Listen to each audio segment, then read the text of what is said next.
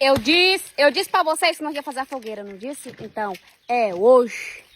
Ó, um montão de lenha aqui. Ó, vou mostrar aqui a carroça aqui, ó. O carro já tá rebaixado aqui de lenha. Agora já escolhi o lugar. Bora lá pra esse lugar. Então, bora. Bora lá. É logo. Agora, olha, Vamos lá.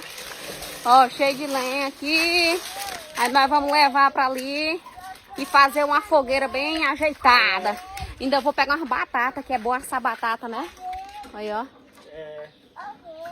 Tanto de lenha. Tem mais lenha ali ainda, tem um bocado. Vou fazer um pouquinho grande, né? Porque passa a noite queimando.